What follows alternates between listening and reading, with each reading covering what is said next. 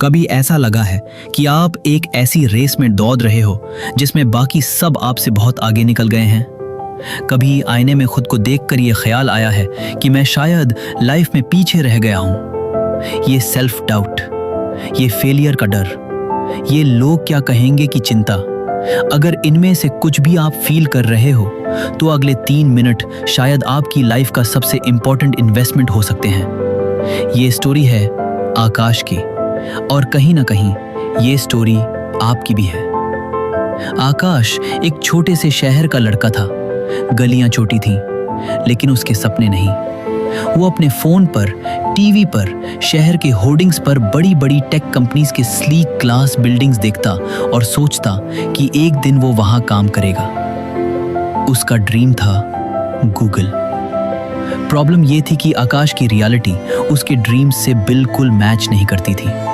Family middle class थी। पापा की एक छोटी सी किराने की दुकान थी और उन्होंने अपनी लाइफ की पूरी सेविंग्स, वो एफडी जो शायद बहन की शादी के लिए रखी थी, वो सब जोड़कर आकाश को एक बड़े शहर के इंजीनियरिंग कॉलेज में भेजा। उनकी आंखों में बस एक उम्मीद थी कि उनका बेटा उनकी सारी स्ट्रगल्स को सक्सेस में बदल देगा। बड़े शहर में आकर, कॉलेज में आकर आकाश को पहला कल्चर शॉक लगा। यहाँ लोग ब्रांडेड कपड़े पहनते थे, फ्लुएंट इंग्लिश में बात करते थे। आकाश को पहली बार लगा कि वो यहाँ फिट नहीं होता। उसको इम्पोस्टर सिंड्रोम होने लगा। क्लास में कॉन्सेप्ट सर के ऊपर से जा रहे थे। वो प्रोफेसर से सवाल पूछने में इसलिए डरता था कि कहीं लोग उसका मजाक ना उड़ाएं।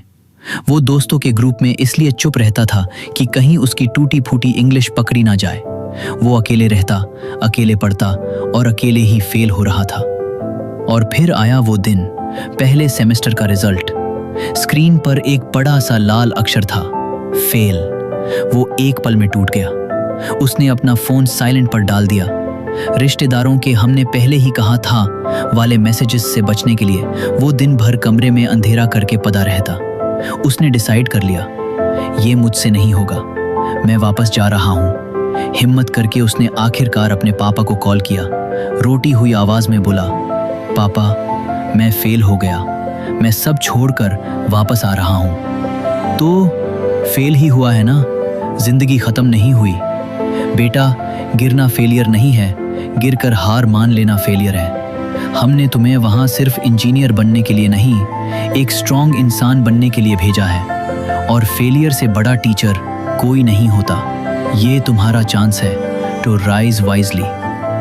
ये वाइज राइज शब्द आकाश के दिमाग में बैठ गया। उसने फोन काटा, आंसू पहुंचे और एक नई शुरुआत करने का फैसला किया। उसने एक डायरी खोली और पहले पेज पर लिखा, नंबर 1, स्टॉप कंपेयरिंग। मेरी रेस किसी और से नहीं, खुद से है। Number 2, analyse mistakes. मैं फेल क्यों हुआ, कहां कमी रह गई। Number 3, the 1% rule. मुझे हर दिन बस कल से 1% बेहतर बनना है। अगले 3 साल उसकी लाइफ बदल गई। उसकी रातें लाइब्रेरी में गुजरी। दोस्तों के साथ घूमने की जगह उसने कोडिंग सीखने में टाइम इन्वेस्ट किया। चाय के कप खाली होते गए और उसके नॉलेज के ग्लास बढ़ते गए। और फिर आया फाइनल ईयर प्लेसमेंट्स का दिन। लाइन में देश की बड़ी बड़ी कंपनीज थी। इंटरव्यू के बाद जब वो बाहर आया तो वो कॉन्फिडेंट था। रिजल्ट का इंतजार था।